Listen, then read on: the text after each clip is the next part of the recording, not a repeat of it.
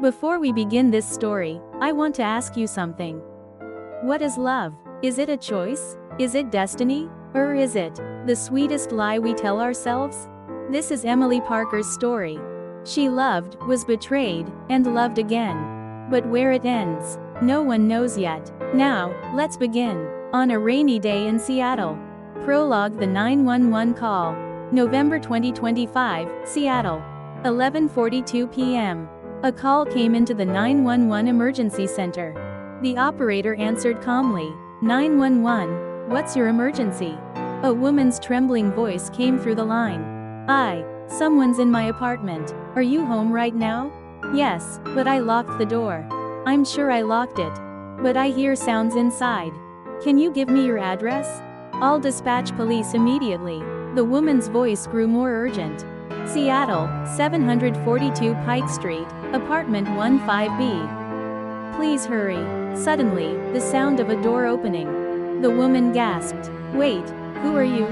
How did you get in? The call disconnected. Only a dial tone remained. The operator called out desperately. Hello? Hello? But there was no answer. This was the last call Emily Parker ever made. But this story doesn't end here. Actually, it doesn't begin here either. Every ending returns to its beginning. Let's go back 24 hours. October in Seattle was always cruel. Gray skies, endless rain, and Emily Parker's trembling hands. She sat by the window. 32 years old, 2 months divorced, and now, in her hand, a single piece of paper. A medical report. The doctor's handwriting, neat and precise. 21 weeks pregnant. Due date March 14, 2025. Emily took out her phone and opened the calculator. Her fingers shook. She entered the numbers. Emily muttered to herself. Divorce finalized. August 15th. Last time with him. June 2nd. And today is October 28th. Exactly 21 weeks ago was June 2nd. Emily laughed. A bitter laugh. She laughed, then cried. She choked out through tears. Damn it. Ethan Miller.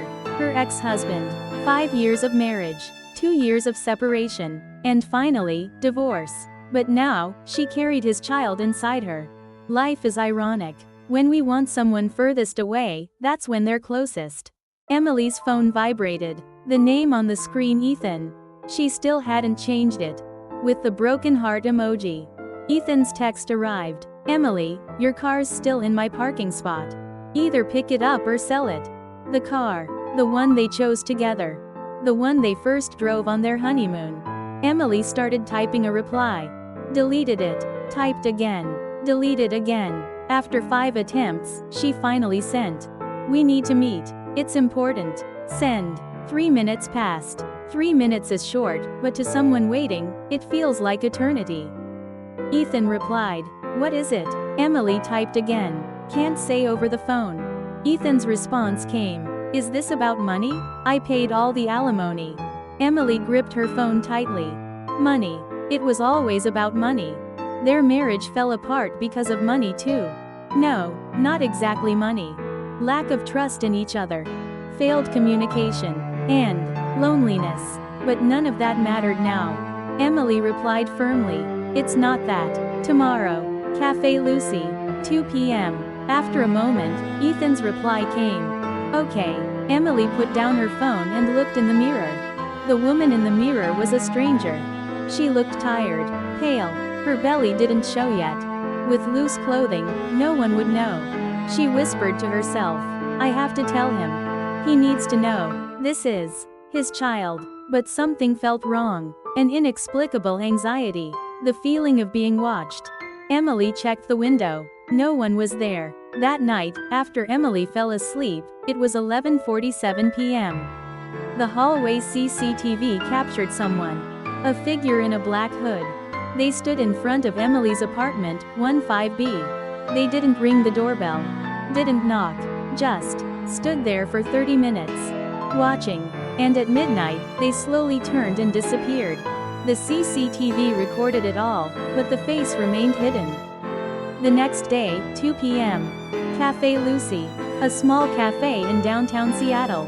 Where Emily and Ethan had their first date. Where Ethan proposed. And now, where they would meet for the first time since the divorce. Emily arrived early. She sat by the window and ordered coffee. No, changed it to decaf. She was pregnant, after all.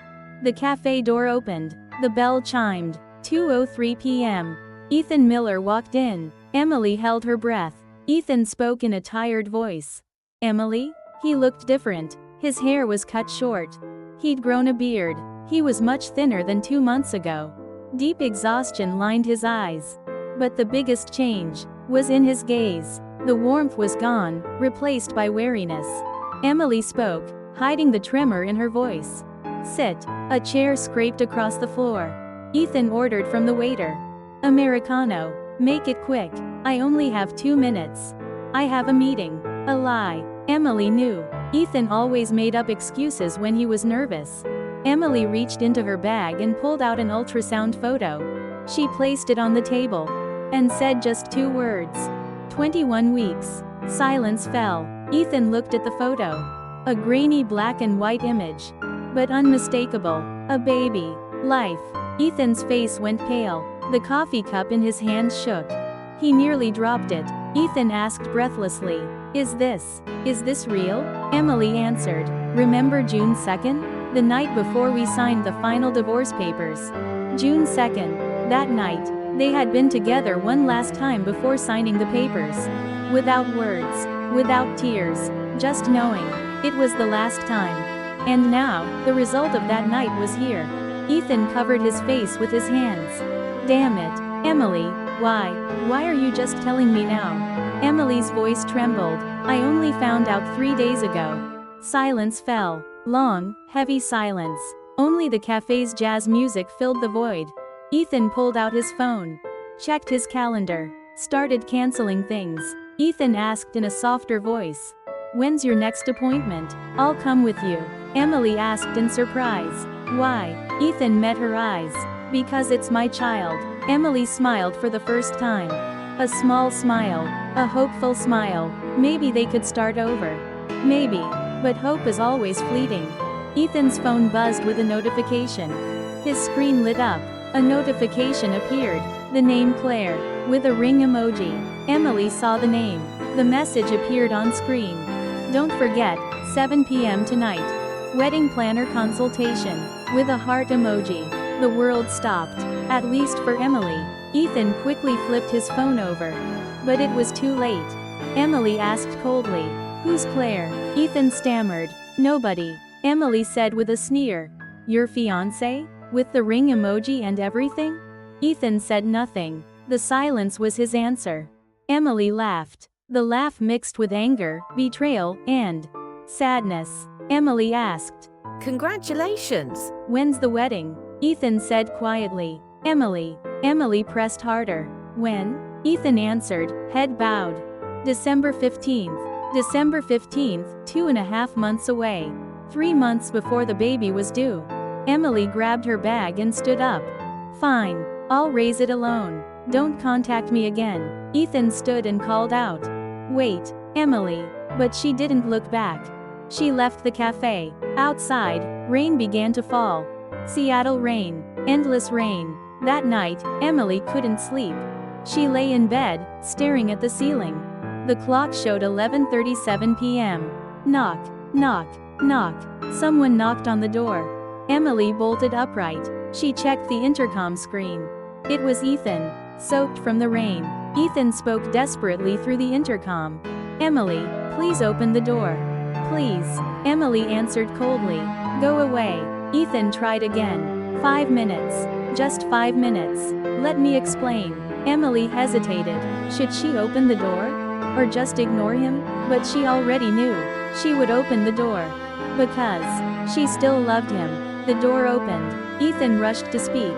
Thank you. Emily cut him off. 5 minutes. Ethan entered the living room. Water dripped from him. He began to speak. Claire, I met her 6 months ago.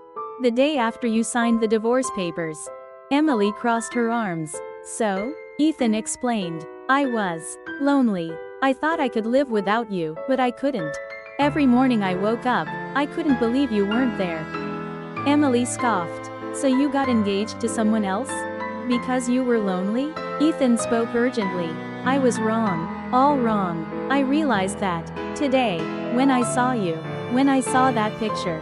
Ethan's voice trembled. It sounded sincere. But Emily had been here before. Ethan's sincerity. Followed by betrayal. Emily said, Ethan, you haven't changed. 5 years ago, and now. You cling to anyone when you're lonely. First me, now Claire. Ethan denied it. No, I mean it. This time it's real. Emily shouted. Leave. Ethan tried again. Emily. Emily shouted louder. I said leave. Ethan finally turned away. He walked to the hallway. But before pressing the elevator button, he turned back. When's your next appointment? Just tell me the date. I'll come quietly. I won't make you uncomfortable. Emily sighed, then answered. November 5th, 10 a.m., Seattle Medical Center. Ethan said, thank you. The elevator doors closed. 5 minutes after Ethan left, Emily's phone buzzed. Sender unknown. A message notification. The text read, don't trust him. Emily's heart stopped. Her hands froze. She quickly typed a reply. Who is this? No reply came. The sender had vanished. Emily walked to the window and looked outside. The street was empty. But somewhere, someone was watching her. November 5th, 10 a.m., Seattle Medical Center.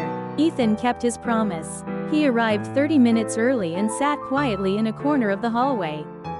He said quietly, yeah, I'm here. They entered the exam room together. In awkward silence, the doctor prepared the ultrasound machine. The machine hummed to life. The doctor spoke cheerfully. All right, now you'll hear the baby's heartbeat. Thump, thump, thump. A tiny life's heartbeat. On the screen, a blurry shape appeared. Tiny hands, tiny feet. Ethan held his breath. Ethan asked, voice breaking. That's our baby? The doctor answered, yes. Looking very healthy. Heartbeat is normal, and the size is perfect for 21 weeks. Tears fell from Ethan's eyes. Silently, he made no attempt to wipe them away. Emily was crying too. Ethan said through tears, our baby, Emily. In that moment, everything else disappeared. The divorce, Claire, the anger. Just two people and their child. But then, the doctor asked, would you like a paternity test? It's quite common these days. Ethan looked at Emily. Is it necessary?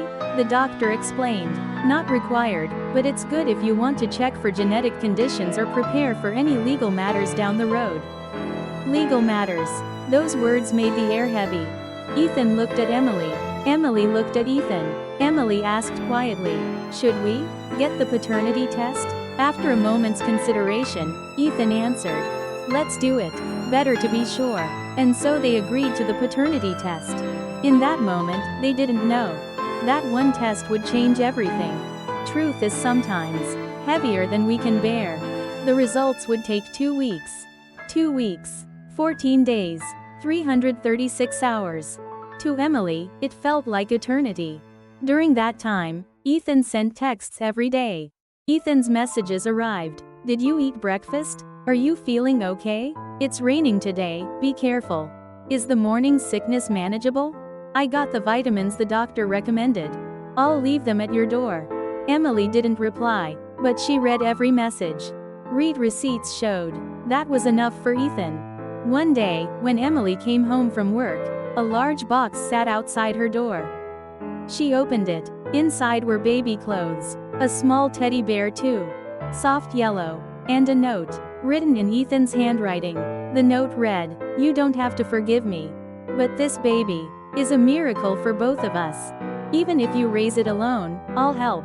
As a father. That night, Emily cried for the first time. Truly cried. She held the baby clothes to her chest and wept. She thought to herself, maybe, has he really changed? Maybe we could start over? But the next day, another text came. From an unknown number. The message arrived. Ethan Miller is a liar. November 12th, 7 p.m. Come to the Jefferson Hotel lobby. I'll show you the truth. Emily tried to reply again. Who are you? Why are you doing this? Again, no reply. But Emily knew. She had to go to that hotel on November 12th at 7 p.m. She had to know the truth. November 12, 6:55 p.m. Emily sat in the Jefferson Hotel lobby. The most luxurious hotel in Seattle.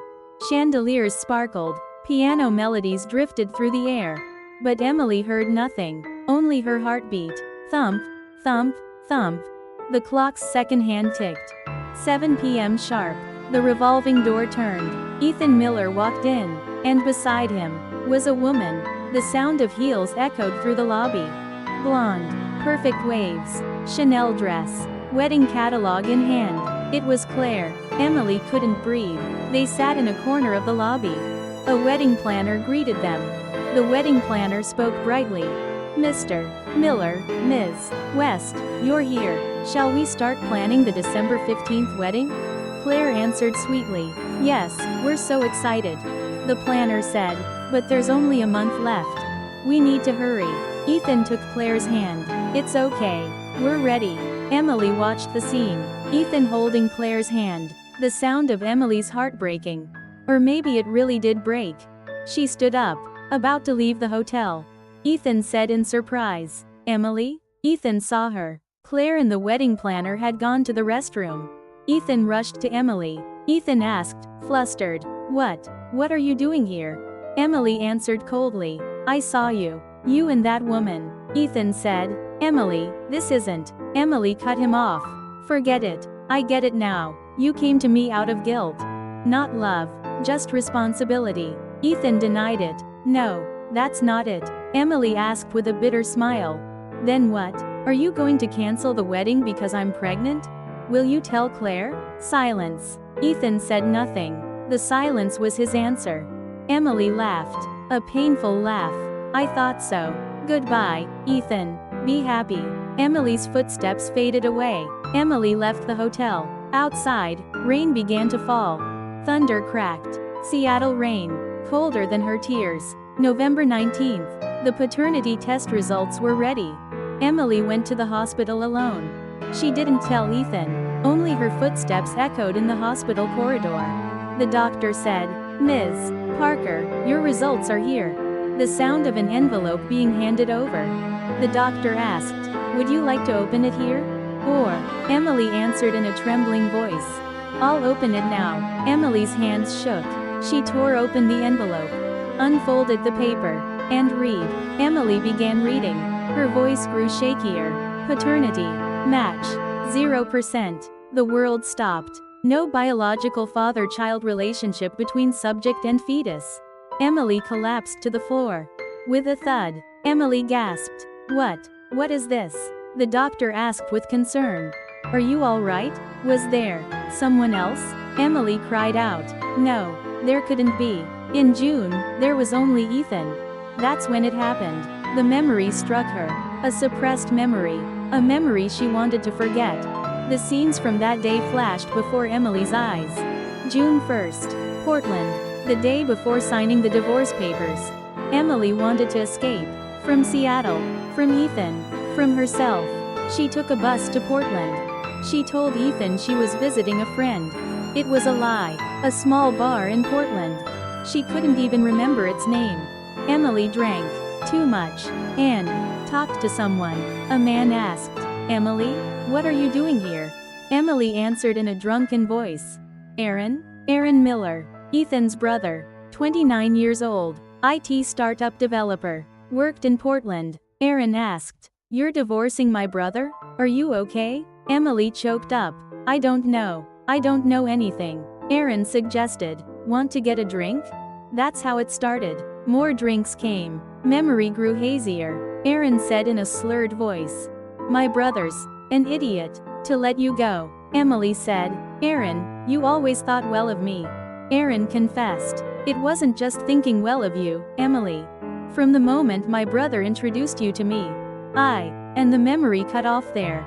Emily returned to the present. Still collapsed on the hospital floor. She couldn't remember the rest. No, she didn't want to remember. But now, there was proof. Emily pulled out her phone with shaking hands. She checked the photo album from June 1st. One photo, blurry but unmistakable. Her and a man. Aaron Miller. Emily gasped. No, this can't be. But she couldn't deny it. 21 weeks ago, Portland, Aaron. The baby's father wasn't Ethan. It was his brother. That night, Emily called Aaron. Aaron confessed. He had been in Portland on purpose. Claire came to visit Emily. She broke off the engagement. Ethan already knew everything, but he said he wanted to raise the baby, even if it wasn't his blood. And 1 year later, Luna was born. Ethan held Luna, like she was his own daughter. 1 year later, a Seattle park. Luna Miller, 15 months old. She ran through the park. Ethan and Emily held hands, watching her. Luna called out, "Daddy." Ethan said, choking up, "Our daughter called me Daddy." "Did you hear?" Emily smiled and answered, "Yes, I heard." They looked happy. But that night, Emily's phone vibrated. The final message arrived. "Congratulations, Emily. Such a happy ending. But aren't you curious? Was the paternity test real?" With a smiley face emoji. Emily's breath caught. "What?" Emily pulled out the old envelope. The one from a year ago. She looked closely. The seal had been slightly torn and resealed. Emily trembled. "No way." Then Ethan entered the room. "Emily, what's wrong? You look pale." Emily quickly hid the papers and smiled. "Nothing, just old memories." Ethan said, "Yeah? Should we go to bed?" "I put Luna down." Emily answered, "Yes, let's." But that night, Emily couldn't sleep. What is truth? Is it what we know? Or what we want to believe? Love is a vortex. Once you fall in, you can't escape. But sometimes, you can find peace within it, even if it's not the truth. This is Emily Parker's story. And perhaps, it's all our stories. The rain slowly faded away. Which truth would you choose? The melancholy piano melody slowly disappeared. Love is more dangerous than you think.